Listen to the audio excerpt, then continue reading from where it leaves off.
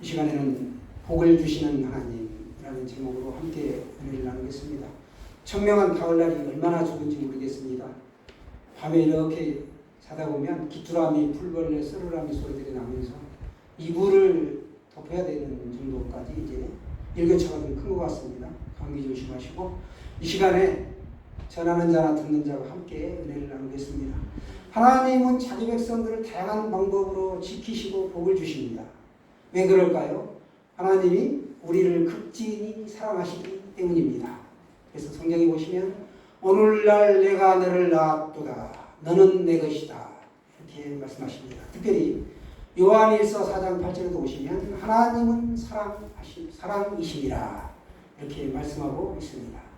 오늘 보면 26절에 보시면 이사야 선지자를 통해서도 26절 말씀이죠. 달빛은 햇빛 같겠고 햇빛은 7배가 되어 7날의 빛과 같으니라. 오늘 말씀의 주요 문장이 되겠는데요.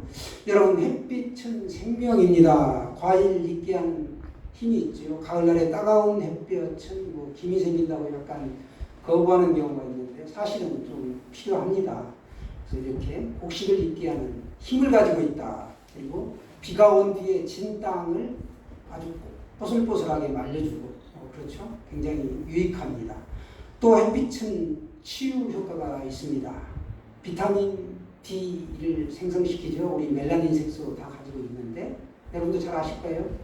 음식과 식품과 햇빛으로 비타민 D를 보충받아야 되는데 이 비타민 D가 뼈의 건강을 결정적으로 좌우한다는 것이죠. 그리고 면역력과 치매 예방에도 도움이 되고 이게 또 우리나라 사람들에게는 굉장히 중요한 영양소임에도 불구하고 90%가량이 결핍 증상을 가지고 있다라고 통계가 나와 있습니다.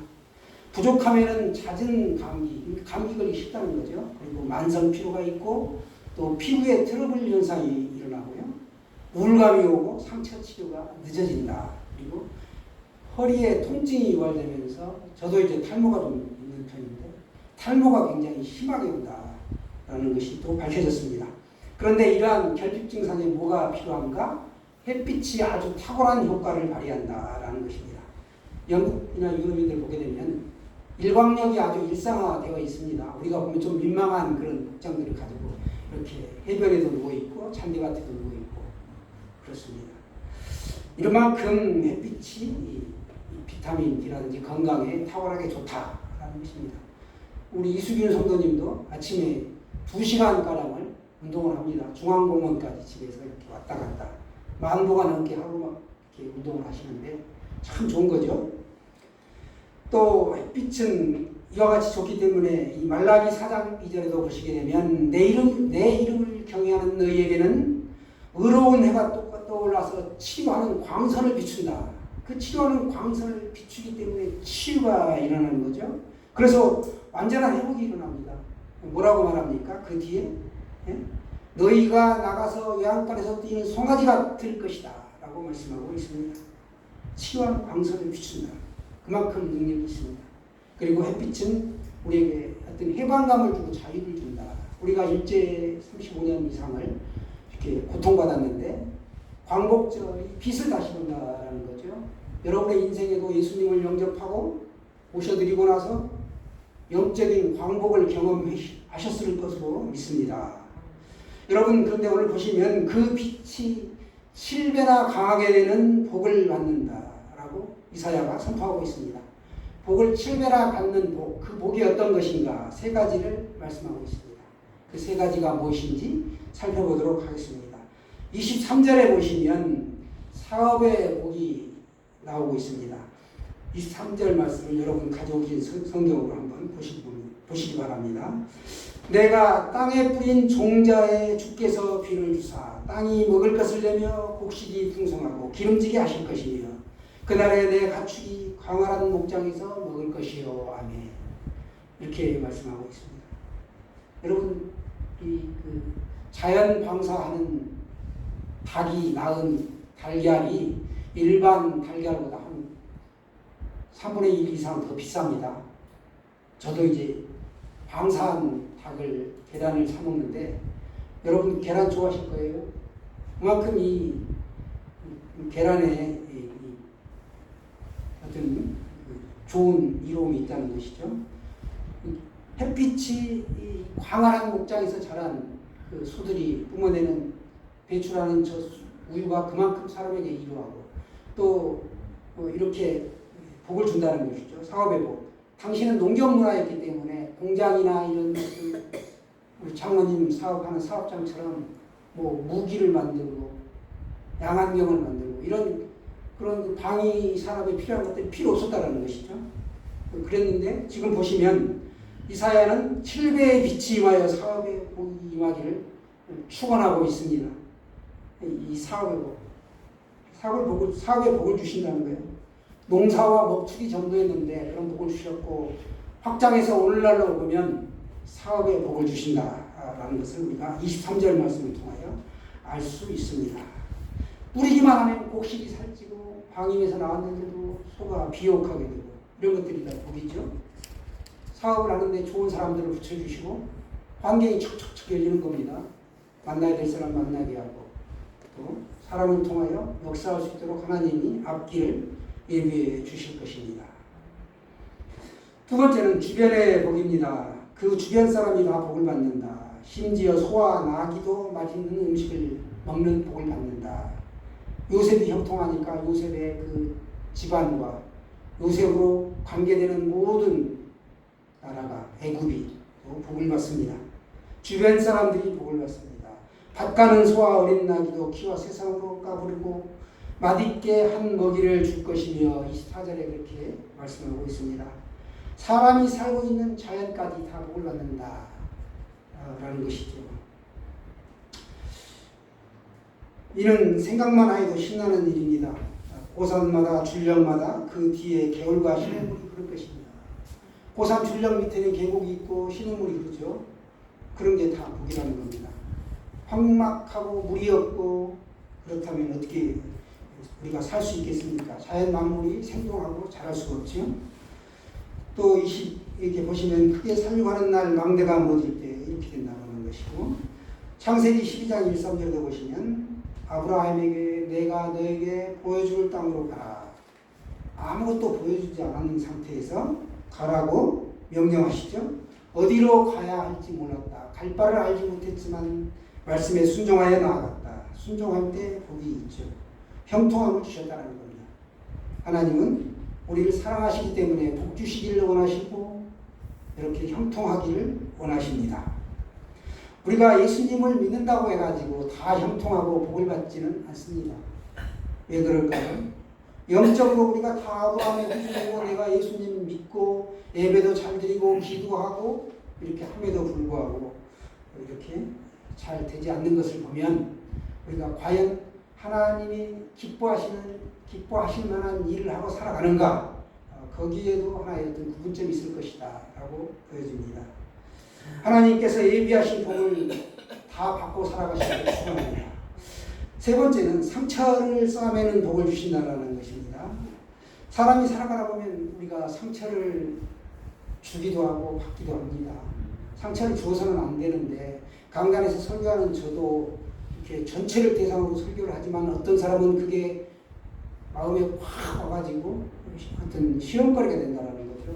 전체를 대상으로 했지만 그 말씀이 나를 찔림을 주고 내가 회개하고 자복하고 돌아서는 그런 귀한 긍정적인 시너지가 있어야 되는데 반대로 갈 수가 있다라는 것입니다.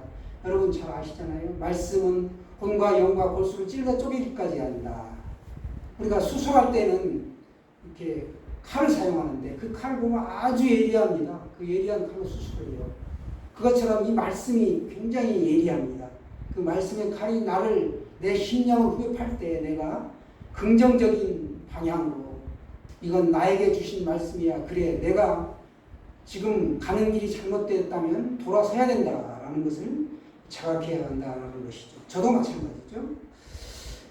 우리가 정말 말씀 안에서 깨어 있어야 합니다.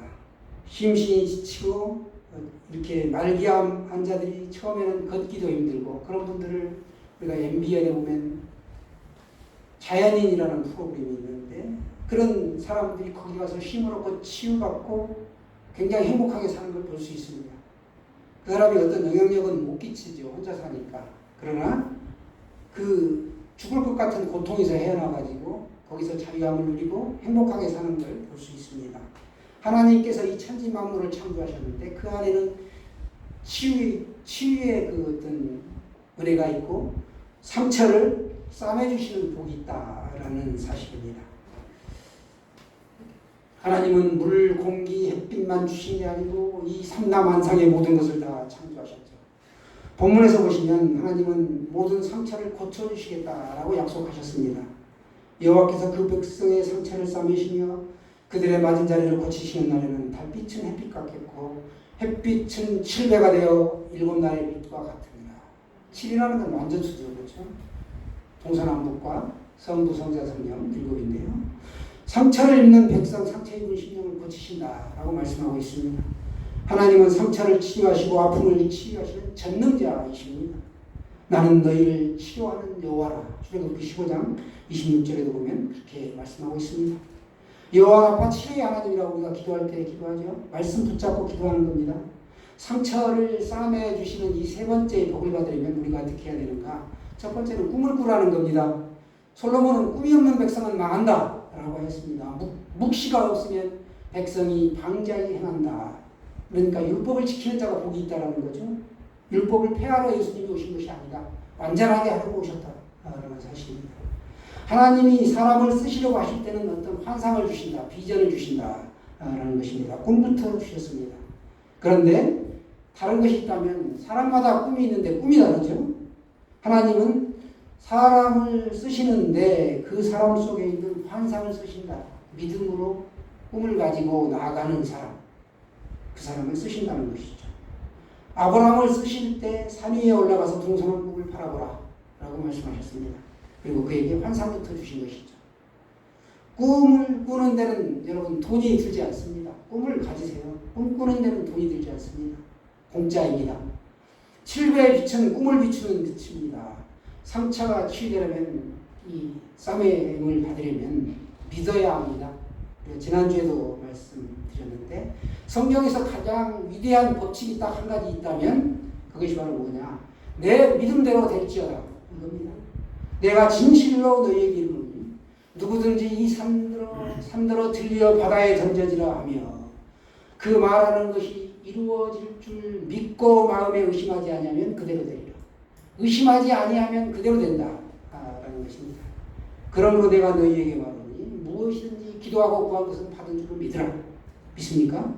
네. 너희에게 그대로 된다 라는 것입니다. 여러분 다 아멘이신 줄로 믿습니다. 사랑하는 여러분, 믿음대로 됩니다. 믿음대로. 믿고 나아가는 것이 능력이고 우리에게 힘이라는 것이죠. 믿음의 반대, 의심입니다.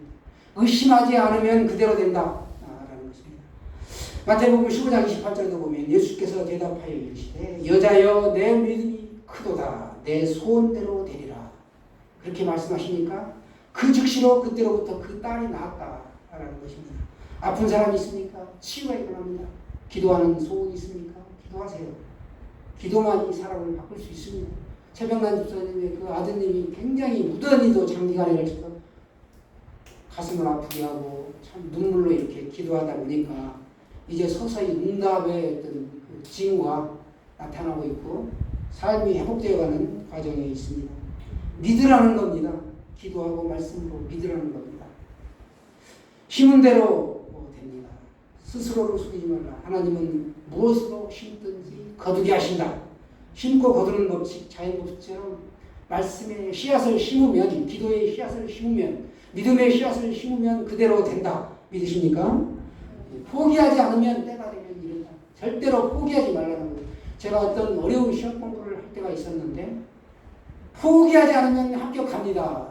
사람들이 시험을 한 달, 두 달 놔두고는 벼락치기라고 아주 밤을 샙니다. 체력이 바닥날 때까지. 그리고 시험을 보고 나서는 손 놔버려요. 이제 합격자 발표할 때까지. 그러지 말라는 거예요. 계속 공부하라는 겁니다. 합격의 소식이 통지서가 나한테 올 때까지. 그것처럼 응답이 올 때까지 계속 기도하시면 응답이 반드시 옵니다. 우리가 무엇으로 심든지 거둔다고 해가지고 잘못 심는 경우가 있는데 우리 잘 아실 거예요. 언론 매체를 통하여 작년 요맘때죠. 작년 9월에 신당역 여자 화장실에서 전주환이라는 사람이 자기의 입사 동기인 여자 승무원을 흉기로 살해하는 사건이 있었습니다. 그런 피해자를 상대로 2년에 걸쳐서 수백 건의 문자를 보내고 카카오톡 메시지를 보내고 사내 메시지를 통하여 불법으로 촬영한 피해자의 영상을 유출하겠다라고 협박했습니다. 이게 이제 성폭력법 위반 또 스토킹 범죄 처벌 위반법으로 기소되어가지고 재판을 쭉 받다가 검사로부터 징역 9년이 구형되었습니다. 그러자 이제 피해자에게 앙심을 품고 이 피해자를 죽이려고 여러 차례 찾아갔지만 만나지를 못했어요. 그러던 중에 1심 이제 선고를 하루 앞두고 판사가 선고하죠. 검사가 구형을 하면 이 선고를 하루 앞두고 피해자의 근무지인 직장이죠. 신당역으로 찾아가 그녀를 살해하였습니다. 현재 무기징역이 선고되어 구역 중에 있습니다. 우리 옛말에 용기 있는 자가 미인 넣는다 이런 말이 있는데요. 원래 전쟁에서 이기고 돌아온 남자가 미인을 차지할 자격이 있다 그런 뜻인데 이 세간에서는 좋아하는 사람이 있으면 주저하지 말고 도전해보라는 뜻으로 곡해하여 사용되고 있습니다. 상대가 싫다는데도 내가 좋아하면 그뿐일까요? 그렇지가 않죠. 상대방의 의사에 아랑곳 없이 내 마음을 받아달라고 귀찮게 하는 행위, 그거는 상대를 괴롭히는 스토킹 범죄일 뿐이다 라는 사실입니다. 여러분, 사랑해서는 안 될 사람 사랑하지 마시길 바랍니다. 독일의 문호 게테가 소설 가운데 보시면 젊은 베르테의 슬픔을 하고 우리 학창시절 젊은 날에 참 한 번쯤 다 보셨을 겁니다. 친구의 약혼녀에 대한 게테 자신의 시련 경험과 또 친구의 시련과 자살을 바탕으로 1774년에 쓴 작품입니다. 그 내용을 보면 남자 주인공 이 베르테르가 무도에서 알게 된 여인이 로테인데요. 이 로테를 열렬히 사랑합니다. 그런데 그녀에게는 이미 약혼자가 있었죠. 그는 자신이 이렇게 로테를 사랑하고 있는데 정작 그 여자에게 약혼자가 있다는 사실이 받아들일 수가 없었습니다. 베르테르는 이후에 남의 유부녀가 된 이 로테의 주위를 계속 맴돌면서 집착하고 우울해하고 집으로 찾아가기도 하지만 이 로테는 가정을 지키기 위해 베르테르를 멀리하게 됩니다. 그런데 어느 날 베르테르는 또 로테에게 구애를 하면서 키스를 시도하자 당황한 로테가 이제 절교를 선언하기에 이르렀습니다. 베르테르는 절망에 빠져 결국 권총으로 생을 마감하게 됩니다. 이것이 바로 이 주제의 내 줄거리인데요. 실제로 게테는 권총으로 자살하고 말았습니다. 오늘날의 법으로 보면 명백한 스토킹 범죄인 것이죠. 유명한 롯데 그룹의 이름이 로테에서 나왔다고 합니다. 여러분도 아실 거예요. 상처 치유의 길 마지막은 우리가 하나님의 은총을 바라보는 겁니다. 여호와께서 집을 세우지 아니하시면 세우는 자의 수고가 헛되며 또 여호와께서 성을 지키지 아니하시면 파수꾼에 깨어 있음이 헛되다라고 하셨습니다. 가장 복된 삶은 하나님이 함께 하시는 삶, 함께하는 삶입니다. 하나님을 삶의 중심에 모시길 바랍니다. 아무리 꿈을 꾸고 믿고 심지어 하나님과 함께 하더라도 우리가 내 마음대로 되지 않는다라는 거죠. 하나님의 은총이 임해야 되는 것입니다. 달빛을 햇빛같이 하고 햇빛을 7배나 강하게 할 수 있는 것, 그 능력은 오직 여호와 하나님께 있습니다. 인위적으로 되지 않습니다. 그러나 은총을 받은 사람들을 우리가 살펴보면 한결같이 정직하였고 부지런하고 하나님의 마음에 들게 사는 사람들입니다. 사랑하는 여러분, 예수 그리스도를 우리가 구주로 믿어 이제 신앙생활을 하고 있습니다. 또 우리가 하나님 제일주의로 살기를 원합니다. 중심에 하나님을 모시고 살아갈 때 우리가 절대로 하나님과 멀어지지를 말아야 한다는 것입니다. 이 땅에서는 이 삶에 늘 분주함이 있고 시험 환란이 있습니다. 그런데 이 땅에서 우리가 이렇게 살아가는 모든 수고가 헛되지 않아야 되고 하나님의 은총을 우리가 바라보면서 생활할 때 그 수고 위에 은총이 부어지면 인생이 복되고 아름답게 된다는 겁니다. 그래서 오늘 복 주시는 하나님이라는 말씀으로 이렇게 우리가 은혜를 나눴는데 모든 복은 하나님께 있다. 그 은총을 바라보는 겁니다. 내가 믿음도 있고 기도도 하고 말씀 위에 서 있지만 모든 결정권자는 하나님이시다. 하나님이 내게 복을 주신다. 이것만 붙잡으시면 우리는 천국 가는 날까지 정말 아름다워 복된 인생이 되실 줄로 믿습니다. 그런 인생 되시기를 축원합니다. 네.